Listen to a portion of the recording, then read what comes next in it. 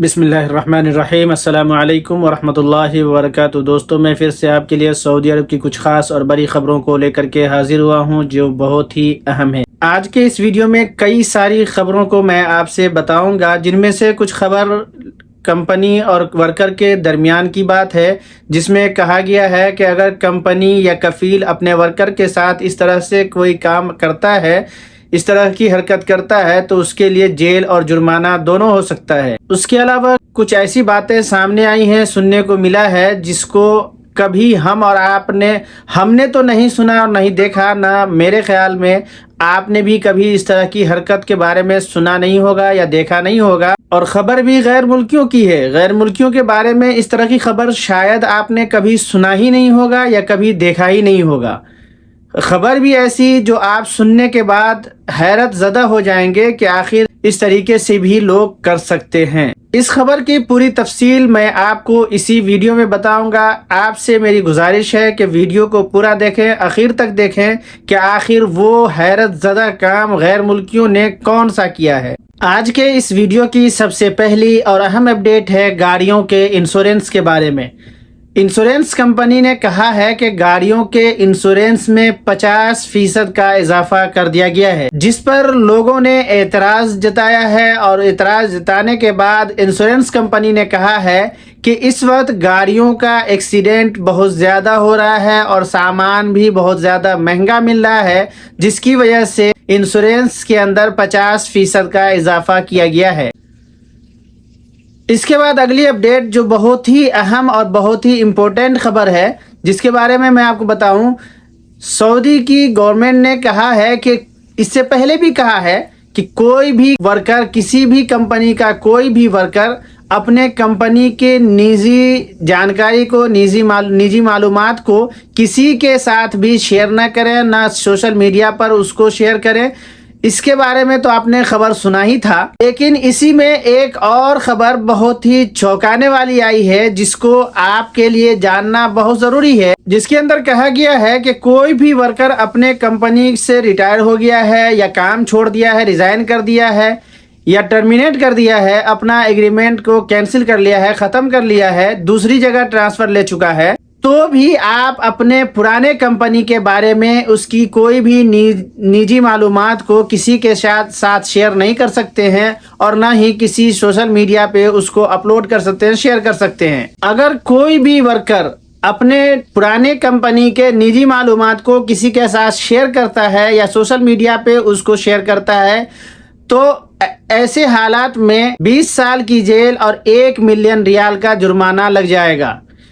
اب بعض لوگ یہ سوچتے ہیں کہ اب ہم اپنی کمپنی کو چھوڑ چکے ہیں، اب ہمارا وہ کیا کر لے گا۔ میرے بھائی، ایسا نہیں ہے، سعودی عرب ہے، آپ کو پھر بھی بچ کر رہنا ہے۔ اپنے پرانے کمپنی کے نجی معلومات کو کسی کے ساتھ شیئر نہ کریں، نہ اس کی برائی بیان کریں۔ اگر آپ ایسا کرتے ہیں تو آپ بھاری مصیبت میں پھنس سکتے ہیں، کیونکہ اس طرح کی حرکت کرنا، کسی بھی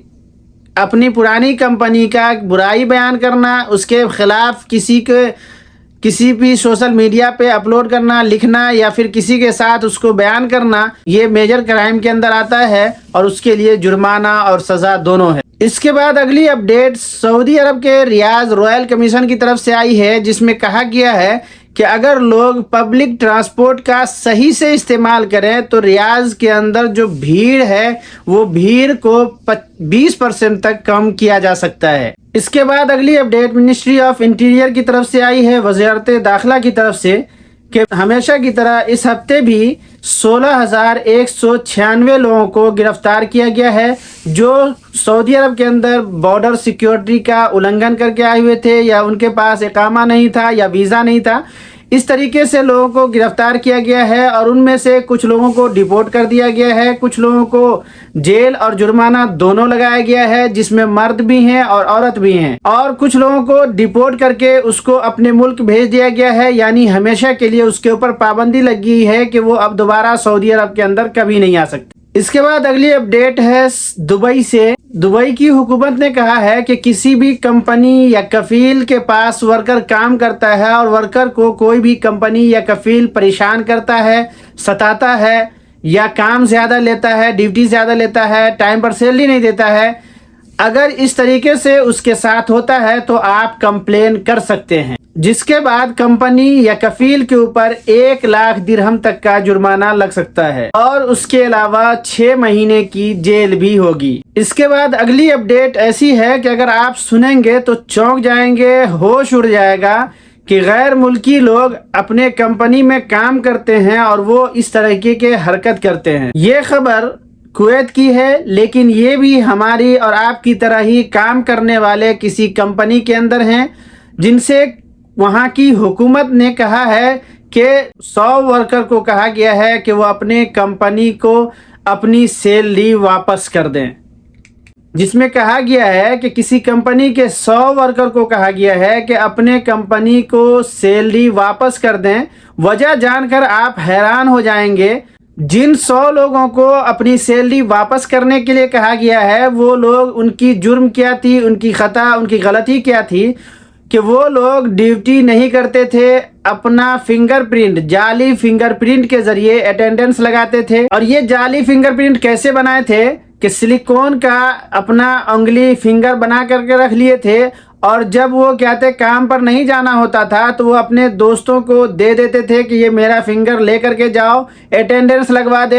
دینا، اور جب واپس آنے لگنا تو اٹینڈنس لگا کر کے چلے آنا۔ اس طریقے سے وہ کرتے تھے۔ جب ان کے خلاف کمپلین کی گئی، جانچ ہوا، پتہ یہ چلا کہ ہاں یہ لوگ اس طرح کے غلطی کر رہے تھے، تو وہاں کی عدالت نے ان 100 لوگوں کو اپنی سیلری کمپنی کو واپس کرنے کا حکم دیا ہے۔ اس کے بعد ایک اگلی اپڈیٹ، ایک اگلی خبر بہت ہی افسوسناک اور شرمناک ہے۔ سویڈن کے اندر قرآن کریم کو ترکی کے ایمبیسی کے سامنے جلایا گیا ہے،